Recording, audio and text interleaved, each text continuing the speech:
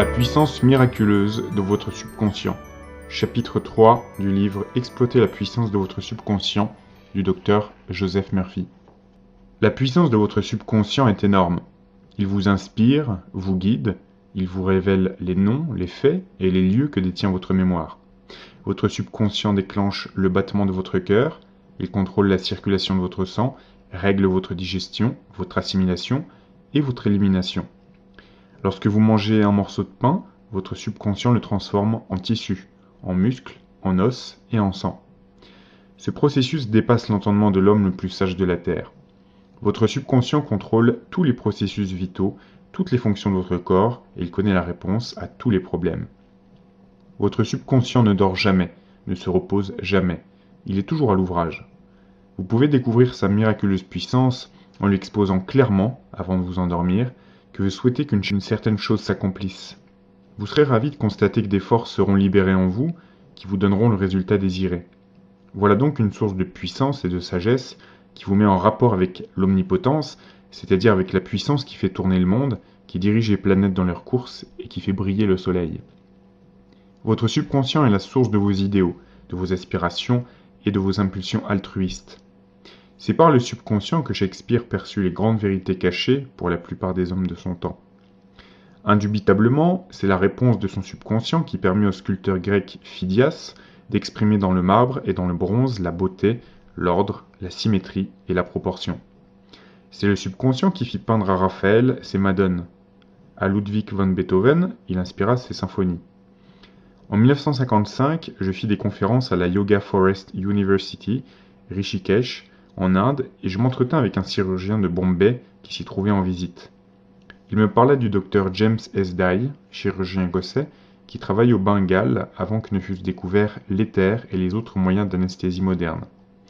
Entre 1843 et 1846, le docteur S. Dye pratiqua environ 400 opérations importantes de toutes sortes, telles que des amputations, l'excision de tumeurs, de cancers, ainsi que des opérations aux yeux, aux oreilles et à la gorge. Toutes ces interventions furent pratiquées sous anesthésie mentale uniquement. Ce chirurgien, à Rishikesh, m'informa que la mortalité post-opératoire parmi les opérés du Dr S. Dye avait été extrêmement basse, probablement de l'ordre de 2 ou 3%. Les malades ne ressentaient aucune douleur, et il n'y eut pas de décès pendant les interventions. Le Dr S. Dye suggéra au subconscient de tous ces malades, en état d'hypnose, que nulle infection ni septicémie ne se produirait. Il faut vous souvenir que ceci eut lieu bien avant Louis Pasteur, Joseph Lister et d'autres qui découvrirent l'origine bactérienne des maladies et les causes d'infection dues à l'absence de stérilisation des instruments et à la virulence des microbes. Mon interlocuteur indien me dit que la raison de la mortalité réduite et de l'absence générale d'infection, réduite elle aussi au minimum, fut sans aucun doute attribuable aux suggestions que le docteur S. Dye faisait au subconscient de ses patients, qui répondaient conformément à ces suggestions. Il est merveilleux d'apprendre comment un chirurgien, il y a plus de 120 ans, découvrit la puissance miraculeuse du subconscient. Cela ne vous remplit pas d'émerveillement mystique, de respect, de penser à ces puissances transcendantes de votre esprit subconscient? Considérez ces perceptions extrasensorielles telles que sa capacité de clairvoyance et de clairaudition, son indépendance vis-à-vis du temps et de l'espace, sa capacité de vous libérer de toute douleur et de toute souffrance, et de donner les réponses à tous les problèmes, quels qu'ils soient. Toutes ces possibilités et beaucoup d'autres vous révèlent qu'il y a en vous une puissance, une intelligence qui transcende votre intellect, puissance qui vous émerveille devant tous ces accomplissements. Toutes ces expériences vous remplissent de joie et vous font croire au pouvoir miraculeux de votre propre subconscient. Votre subconscient est votre livre de vie. Quelles que soient vos pensées, vos croyances, vos opinions, vos théories ou les dogmes que vous acceptez, imprimez-les sur votre subconscient. Vous en ferez l'expérience en tant que manifestation objective de circonstances, de conditions et d'événements. Ce que vous inscrirez au-dedans, vous en ferez l'expérience à l'extérieur. Vous avez deux côtés à votre vie, le côté objectif et le côté subjectif, le côté visible et le côté invisible, la pensée et sa manifestation. Votre pensée est reçue par votre cerveau, qui est l'organe de votre esprit conscient, raisonnant. Lorsque votre esprit conscient, objectif, accepte complètement une pensée, elle est envoyée au plexus solaire, que l'on appelle le cerveau de votre esprit, où elle prend corps et se manifeste dans votre expérience. Nous l'avons déjà dit, votre subconscient ne discute pas. Il n'agit que selon ce que vous lui proposez. Il accepte votre verdict, c'est-à-dire les conclusions de votre esprit conscient, comme étant définitifs. Voilà pourquoi vous écrirez sans cesse sur le livre de la vie, car vos pensées deviennent vos expériences. L'essayiste américain Ralph Waldo Emerson dit « L'homme est ce qu'il pense tout au long du jour ». Ce qui est imprimé sur le subconscient s'exprime. William James, le père de la psychologie américaine, dit que la puissance capable de mouvoir le monde est dans votre subconscient. Votre subconscient est uni à l'intelligence infinie, à la sagesse sans bornes. Il se nourrit à des sources cachées et on l'appelle la loi de la vie. Tout ce que vous enregistrez dans votre subconscient, il va aveuglément le manifester. Il importe donc que vous lui imprimiez des idées justes et des pensées constructives. La raison pour laquelle il y a de par le monde tant de discorde et de misère, c'est que les hommes ne comprennent pas l'interaction de leur esprit conscient et de leur esprit inconscient. Lorsque ces deux principes travaillent d'accord, dans la concorde, la paix, dans la synchronisation, vous obtenez la santé, le bonheur, la paix et la joie. Il n'y a ni discorde ni maladie quand le conscient et le subconscient agissent ensemble, harmonieusement et paisiblement. La tombe d'Hermès fut ouverte dans une grande expectative et un sentiment d'émerveillement parce que les gens croyaient qu'elle contenait le secret des âges. Le secret c'était « il en est en dedans comme il en est au dehors, et ce qui est en haut est aussi en bas ». En d'autres termes, tout ce qui est imprimé dans votre subconscient s'exprime sur l'écran de l'espace. Cette même vérité fut proclamée par Moïse, Esaïe, Jésus, Bouddha, Zarathustra, Lao Tse et par tous les sages illuminés de toutes les époques. Tout ce que vous sentez vrai subjectivement s'exprime dans des conditions, des expériences et des événements. Il faut que l'action et l'émotion s'équilibrent. Comme il en est dans le ciel, votre propre esprit, il en est sur la terre, dans votre corps et dans votre entourage. Voilà la grande loi de la vie. Vous trouverez la loi d'action et de réaction dans toute la nature. Il faut qu'il y ait équilibre entre elles.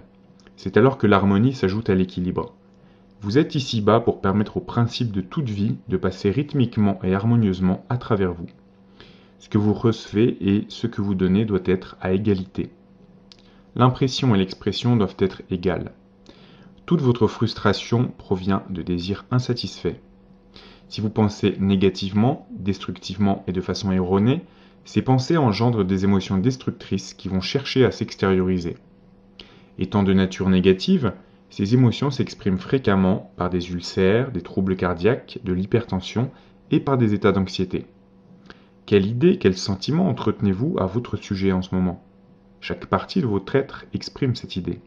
Votre vitalité, votre corps, l'état de vos finances, vos amis, votre position sociale représentent une réflexion parfaite de l'idée que vous faites de vous-même.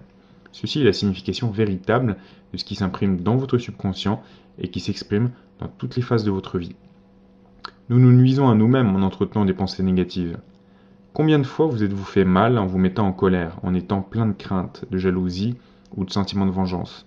Ce sont là autant de poisons qui pénètrent dans votre subconscient. Vous n'êtes pas né avec ces attitudes négatives. Nourrissez votre subconscient de pensées vivifiantes et vous effacerez complètement tous les prototypes négatifs que vous y avez logés. À mesure que vous continuerez de le faire, le passé sera aboli et oublié. Le subconscient guérit une tumeur maligne de la peau. Une guérison personnelle sera toujours le témoignage le plus convaincant de la puissance du subconscient. Il y a plus de 40 ans, j'ai résorbé une tumeur maligne de la peau par la prière. La thérapeutique médicale était devenue impuissante et la tumeur empirait.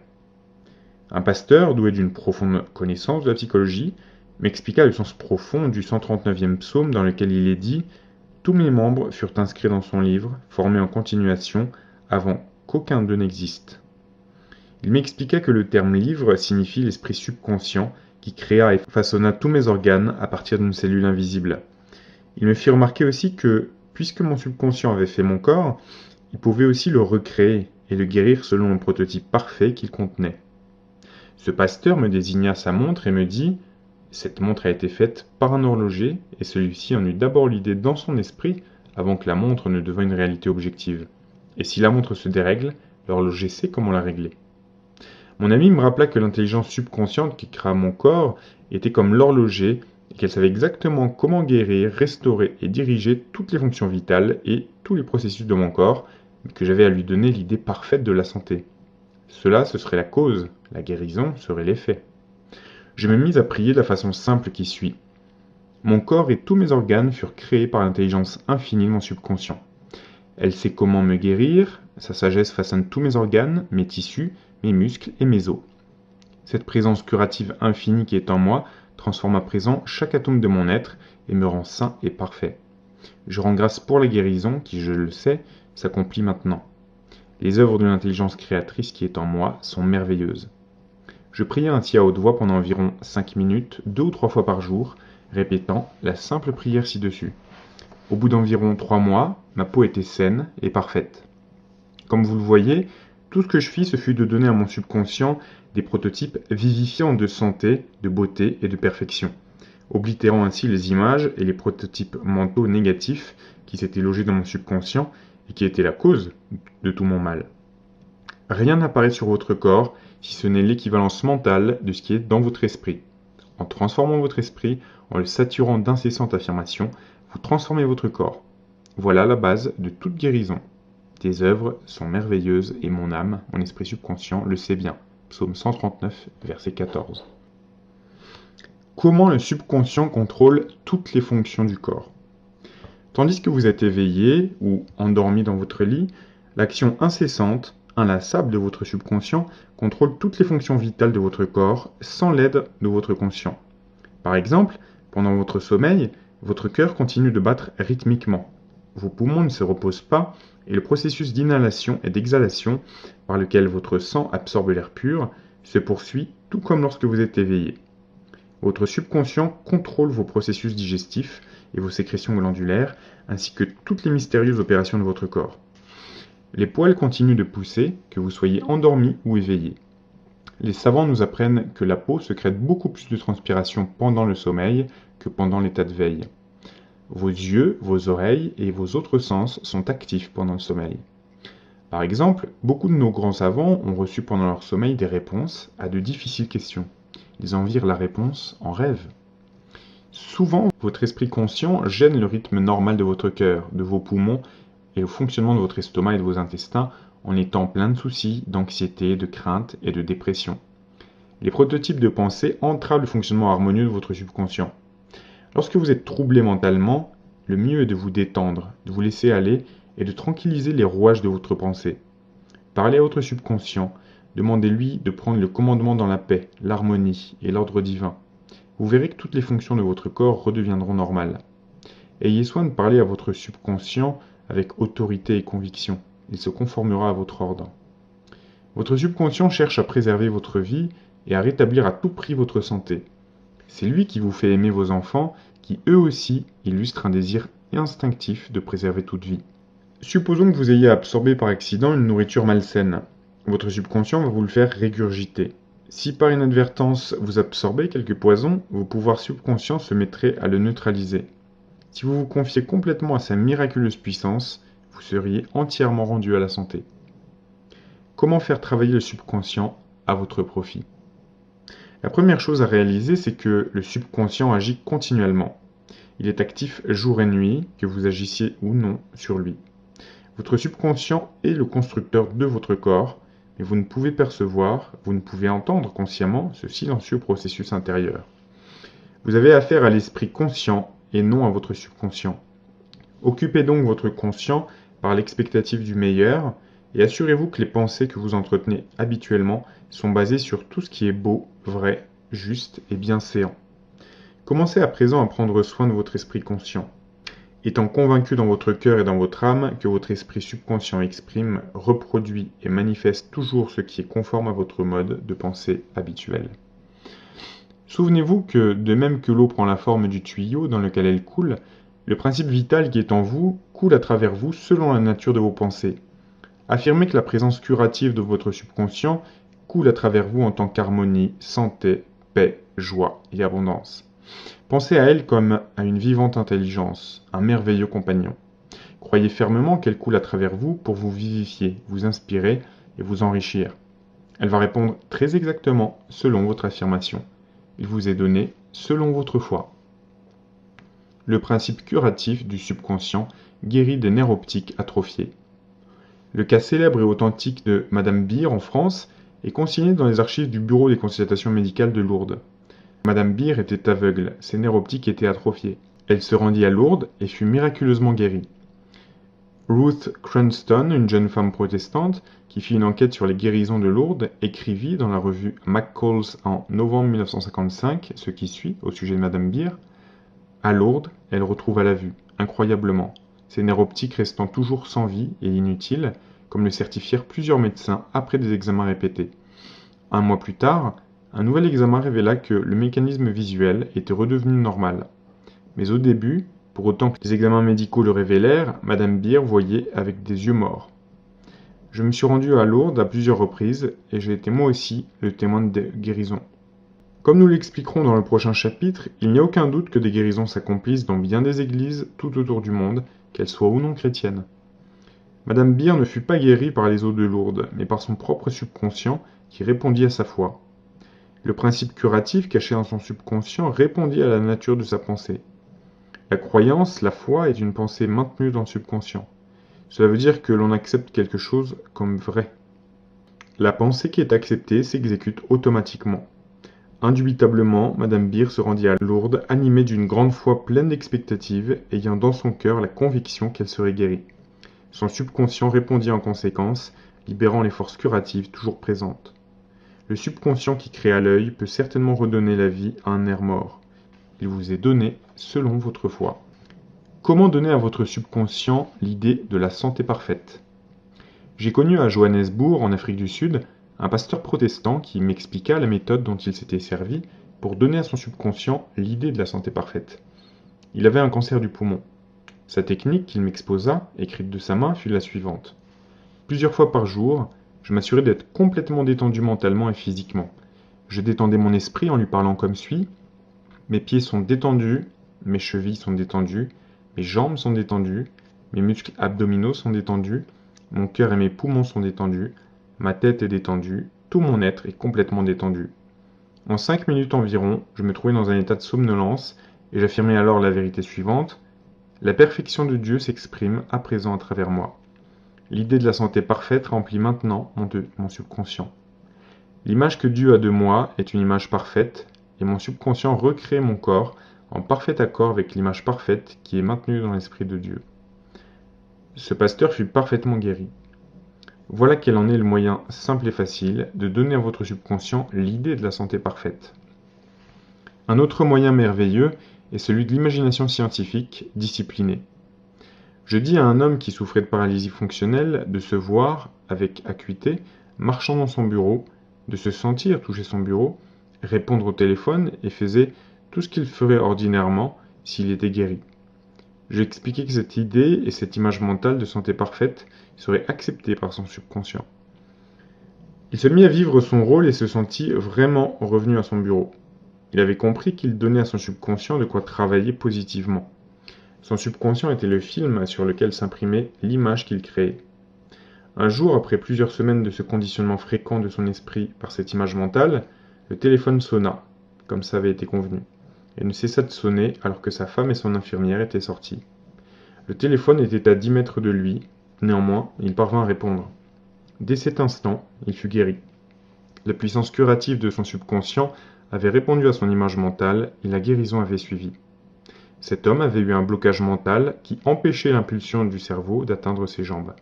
Par conséquent, il disait qu'il ne pouvait marcher. Lorsqu'il tourna son attention vers la puissance curative intérieure, cette puissance coula à travers son attention concentrée, lui permettant de marcher. Tout ce que vous demandez en priant, croyez que vous l'avez reçu et vous le verrez s'accomplir. Matthieu 21, verset 22. Idée à retenir. 1. Votre subconscient contrôle tous les processus vitaux de votre corps et il connaît la réponse à tous les problèmes. 2. Avant de vous endormir, faites une requête spéciale à votre subconscient et faites la preuve de sa miraculeuse puissance. 3. Tout ce que vous imprimez sur votre subconscient s'exprime sur l'écran de l'espace en tant que conditions, expériences et événements. Par conséquent, vous devez surveiller soigneusement toutes les idées, toutes les pensées que vous entretenez dans votre conscient. 4. La loi d'action-réaction est universelle. Votre pensée est action et la réaction est la réponse automatique de votre subconscient à votre pensée. Surveillez donc vos pensées. 5. Toute frustration a pour cause des désirs insatisfaits. Si vous permettez à votre pensée de demeurer sur les obstacles, les délais et les difficultés, votre subconscient répondra en conséquence et vous bloquez votre propre bien. 6.